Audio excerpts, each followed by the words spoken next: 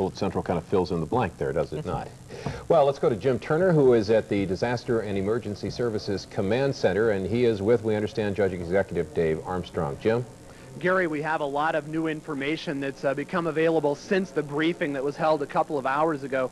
First, question about the number of homes affected, homes impacted from the homes, you know, with the least serious basement flooding to the homes with the most severe flood damage. What can you tell us about that, Judge? Well, MSD has done a logic computer study, and right now we're up to about 30,000 homes and businesses that are impacted as a result of the flooding. So that's a significant portion of our community, and it's one that now prompts me to ask the governor to give us federal emergency assistance dollars so that we be prepared not only to help restore homes and businesses to where they were before, and so I'm preparing a letter right now to forward to the governor, who in turn forwarded to the President of the United States. And you'll request then that this be a national, you know, sort of disaster area? We're requesting that it is a national disaster. It meets all the criteria for it. I've had a long talk with the governor. He is sending someone from the National Guard to be part of this operation here tonight, and they're due here any minute. And we also know that there will be several Guard units standing ready. General Groves, the Adjutant General, has told us that there will at least be one military security unit here, as well as a large contingency of high-clearance vehicles that the Guard has to help us go in and evacuate if necessary. We're still monitoring the weather forecast as everybody living in this county is. So we're hoping that if there is a veering of that storm from Arkansas, we won't get the brunt that we think we're going to get. But if we get an inch more, that's going to impact us significantly. And again, just a moment ago, you said the letter right now, as we speak, is being drafted, the letter that will go to FEMA, the Federal Emergency Management Agency. That's correct, and we're reciting and advising them at this stage of it. There's only 30,000, but we're indicating in the letter that there's more coming, so we may have to amend our request. But we wanted to get out front early on this so that the citizens of this county who are dramatically impacted by this will be at least hopeful of some recompense when time comes. A moment ago we were talking, I know Bud Shardine with MSD wanted to give us an update. If you can bring him over, and we'll go ahead and call Bud in now. One of the things that I saw in the visit throughout the neighborhoods was some sewage that had come up through the septic tanks, and Bud's got a report on that. Okay, Bud. All we wanted to do is make people aware that throughout the weekend our septic receiving facility would remain open, so the septic tank haulers that are cleaning these septic tanks and draining them can continue to bring those loads to the Morris Foreman system and get rid of them, so people can at least get their tanks pumped out, and that'll go on throughout the weekend. One other question, I know this is a point you've made throughout the day, but for people who haven't seen a lot of the coverage, explain about the historic nature of this and how systems anywhere aren't designed to handle what we've received. Well, basically, drainage systems are designed to receive about 4 to 5 inches of rainfall per 12 hours. That's the design standard throughout the country. If it doesn't do that, you have a poor drainage system. What we've had in the past 12 hours is in excess of 10 inches in some parts of the county.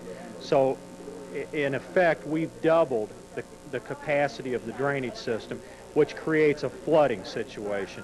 And the point we've been trying to get across to people is treat it like a flood. Don't drive through it, don't walk through it, don't stand in it. Treat this with seriousness because we don't want to lose anyone over this.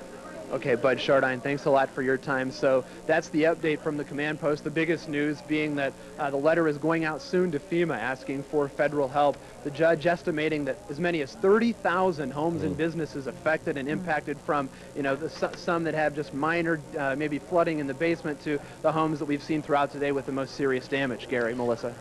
Jim, I don't know if Judge Armstrong is still there, but could you tell us if there's a possibility, if I have water in my basement, for instance, what a disaster declaration might mean to me? Well, just a second. Let's get him back over here. Judge, you have just a second? If if there is a federal disaster declaration, do you know what people can be helped by that? If it's just minor damage, or how serious does it be, or do you know the answer to that? Well, businesses that have lost business as a result of it, businesses that are going to have to be out of commission for a long time, that'll be figured in as well. But primarily we're trying to address the residences now with, they have septic tank problems that we're going to have to deal with, and There are all kinds of other problems that are the aftermath. And if you just think of the cleanup, and you've been out to see the area affected, the cleanup of all this, the cleanup, just think and imagine all this that has flowed through this area is going to have to be cleaned up. A lot of landscaping is going to have to be restored, and so it's going to be a massive, very expensive operation to get it back to where it once was.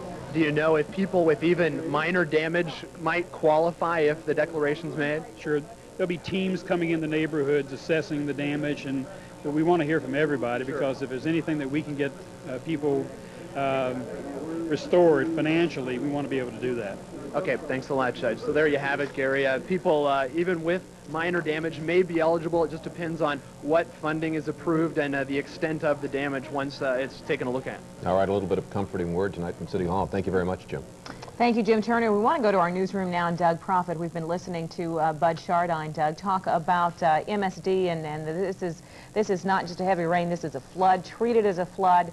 And I know that MSD has been talking all day about what their storm sewage system holds and how this has just far exceeded anything that it could ever hold. They told us early on, Melissa, that the system design just didn't cut it. The way they built things years ago for this kind of rain, and we pointed those figures out earlier.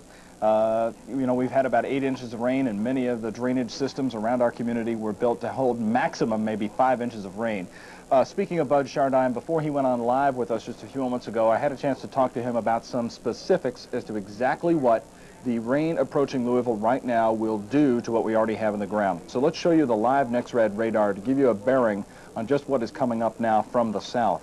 If we could take it full, I'd like people to look at the area just focusing under Louisville right now and approaching up in the city. In fact, we've been hearing the rumble of thunder outside the WHAS studios downtown.